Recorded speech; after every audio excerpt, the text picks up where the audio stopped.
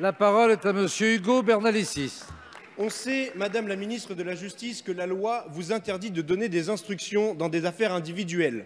Mais qui peut encore vous croire suite à la tentative de perquisition dont vient de faire l'objet le journal Mediapart? Nous condamnons l'instrumentalisation politique faite par votre gouvernement, des forces de police et du parquet. Et c'est bien vous les responsables. En effet, rappelons que le parquet de Paris est dirigé par le procureur Rémi Heitz, personnellement choisi par Macron, ancien directeur d'administration centrale du ministère de la Justice, qui a conduit la réforme pénale du projet de loi justice tant décrié. Seul monsieur Bernalicis Ce même a la procureur, parole. la voix de son maître peut-être, a freiné les perquisitions chez Benalla et se précipite désormais au siège de Mediapart pour attenter au secret des sources, sacro-saint de la liberté de la presse. Face à la panique qui gagne votre gouvernement et le monarque, votre réflexe sécuritaire se transforme en dérive autoritaire. Désormais, il n'est pas bon en France d'être opposant politique, organe de presse indépendant ou manifestant en gilet jaune. Rendez-vous compte, la multiplication des interpellations préventives, des gardes à vue sans fondement, l'usage vicié des comparutions immédiates, des perquisitions disproportionnées dans le cadre d'enquêtes préliminaires et bientôt des interdictions de manifester préventives prononcées par le ministre de l'Intérieur. Tout cela installe une ambiance malsaine de concentration des pouvoirs au sein de l'exécutif. Vous assumez tellement cette dérive que vous êtes vous-même allé au tribunal de grande instance de Paris pour imposer un impératif de sévérité à l'égard des Gilets jaunes. Une première en France qui a scandalisé les magistrats du parquet et du siège, eux, attachés à l'indépendance de la justice. Vous qui donnez des leçons de républicanisme et de respect de l'état de droit, c'est vous qui êtes dans une inexorable dérive autoritaire, à croire que l'ultralibéralisme s'accomplit dans cette forme de démocrature. La justice jupitérienne vient de porter le plus grave atteinte à la liberté de la presse et à la protection des sources depuis des décennies.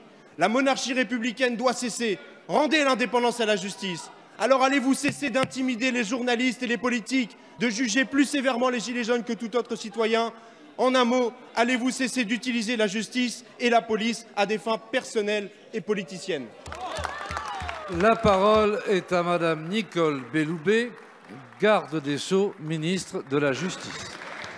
Monsieur le Président, Mesdames les députés, Messieurs les députés, Monsieur le député Bernalicis, non, il n'y a pas d'instrumentalisation de la justice et je n'utilise pas la justice à des fins personnelles.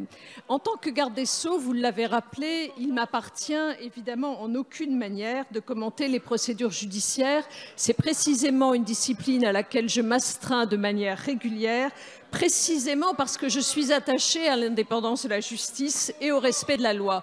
Et vous l'avez rappelé vous-même, ce respect de la loi m'interdit de donner quelconque instruction en matière individuelle. Je vais donc me limiter, par rapport au fait que vous soulevez, monsieur le député, à rappeler quelques éléments qui ont été rendus publics. Le parquet de Paris a effectivement ouvert une enquête préliminaire portant sur des infractions d'atteinte à la vie privée. 2 magistrats du parquet de Paris se sont rendus au journal Mediapart pour se faire remettre des enregistrements sonores de conversations qui seraient intervenues entre M. Benalla et M. Kras. Les magistrats précisaient qu'ils agissaient dans le cadre non coercitif de l'enquête préliminaire et qu'ils ne pouvaient procéder à une remise sans l'assentiment du représentant légal de l'entreprise de presse. Mediapart a, dans un premier temps, S'il vous plaît.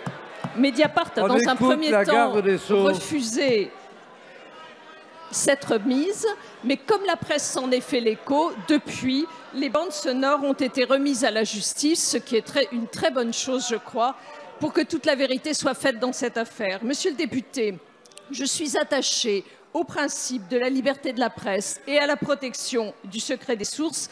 Je crois que ce sont des pierres angulaires pour notre démocratie. Je suis également attachée, monsieur le député, à ce que notre justice puisse travailler dans la sérénité et ne fasse pas de manière systématique l'objet de dénigrement comme vous le faites de manière permanente. C'est la conception de la justice que porte ce gouvernement. Merci, et monsieur le député, ne vous en déplaise, Paris n'est pas Caracas. La parole.